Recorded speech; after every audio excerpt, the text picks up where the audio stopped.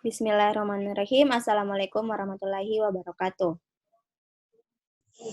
Waalaikumsalam warahmatullahi wabarakatuh.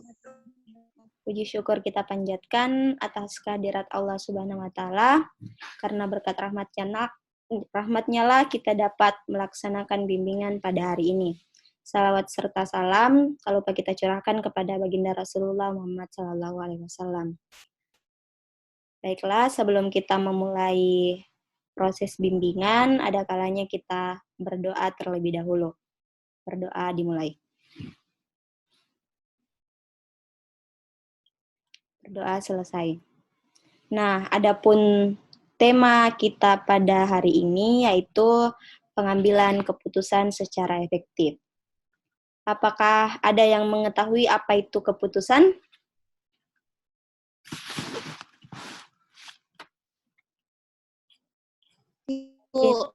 Tidak ada, Di. Jadi langsung saja kita masuk kepada materi. Izin share screen.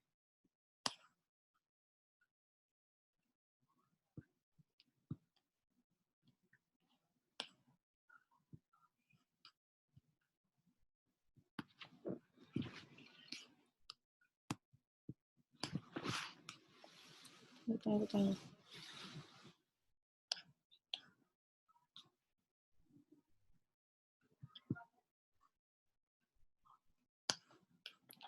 Tampil, Mi?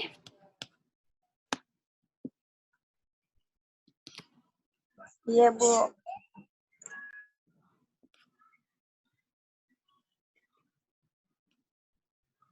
Tunggu. Ya, oke. Nah, konsep dasar pengambilan keputusan. Keputusan secara harfiah berarti pilihan. Pilihan yang dimaksud di sini adalah pilihan dari dua atau lebih kemungkinan atau dapat dikatakan pula sebagai keputusan dicapai setelah dilakukan pertimbangan dengan memilih satu kemungkinan pilihan.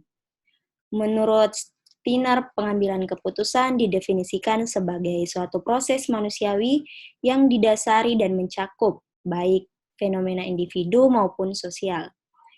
Didasarkan pada premis nilai dan fakta, menyimpulkan sebuah pilihan dari antar alternatif dengan maksud bergerak menuju suatu situasi yang diinginkan. Pengertian ini menunjukkan bahwa pengambilan keputusan merupakan suatu proses pemilihan alternatif terbaik dari beberapa alternatif secara sistematis untuk ditindaklanjuti atau digunakan sebagai suatu cara pemecahan masalah. Nah, ini ada tipe-tipe pengambilan keputusan. Yang pertama yaitu keputusan perorangan dan organisasi. Perbedaan keputusan pribadi atau perseorangan dan organisasi. Dan yang ketiga ada keputusan dasar dan rutin. Adapun dasar pengambilan keputusan dan masalah, menurut George Ertrey, bahwa dasar pengambilan keputusan dapat digolongkan dalam 5 golongan, yaitu intuisi, pengalaman, fakta, wewenang, dan rasional. Adapun tahap pengambilan keputusan yang pertama merumuskan masalah, pengumpulan data dan penganalisis data, dan yang ketiga pembuatan alternatif kebijakan, yang keempat pemilihan salah satu alternatif terbaik, yang kelima pelaksanaan keputusan, dan yang keenam ada pemantauan dan pengevaluasian hasil pelaksanaan. Nah, ini model teknik pengambilan keputusan, yaitu model ekonom, model manusia administratif, model manusia membecentrik, model manusia organisasi, model pengusaha baru, dan model sosial. Jenis dan kondisi pengambilan keputusan. Yang pertama yaitu keputusan yang terprogram, yaitu keputusan yang terstruktur atau muncul dalam frekuensi tertentu. Yang kedua, keputusan yang tidak terprogram. Keputusan yang secara relatif tidak terstruktur, tidak muncul dalam frekuensi tertentu, dan lebih jarang muncul daripada keputusan yang terprogram. Dan yang terakhir yaitu keputusan kelompok. Yang pertama ada kelompok atau tim interaksi, yang kedua kelompok DLP, dan yang ketiga kelompok nominal. Nah, itulah tadi materi yang sempat Ibu sampaikan. Apakah ada yang ingin mengajukan pertanyaan?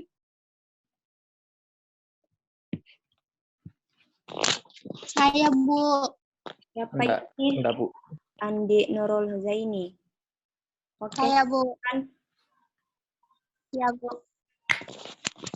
Begini, Bu. Faktor-faktor apa saja yang mempengaruhi pengambilan keputusan?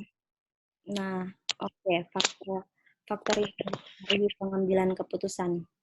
Ibu jawab ya. Yang pertama ada internal organisasi seperti ketersediaan dana, kelengkapan peralatan, teknologi, dan sebagainya. Biasanya faktor ini berada di dalam suatu organisasi itu sendiri untuk terciptanya suatu keputusan dalam organisasi. Yang kedua ada eksternal organisasi seperti keadaan sosial politik, ekonomi, hukum, dan sebagainya. Faktor ini biasanya berasal dari luar yang terkait dalam organisasi. Yang ketiga ada ketersediaan informasi yang diperlukan, seberapa banyaknya informasi yang ada atau seberapa lengkap dan akuratnya informasi yang didapatkan untuk menjadi pertimbangan dalam pengambilan keputusan yang tepat. Dan yang terakhir ada kepribadian dan kecakapan pengambilan keputusan. Dalam faktor ini dibutuhkan kebijaksanaan dan ketegasan tentunya dalam mengambil keputusan dengan tidak bersifat merugikan. Mungkin bisa dimengerti? Oh iya, Bu. Paham. Apakah ada lagi yang ingin bertanya?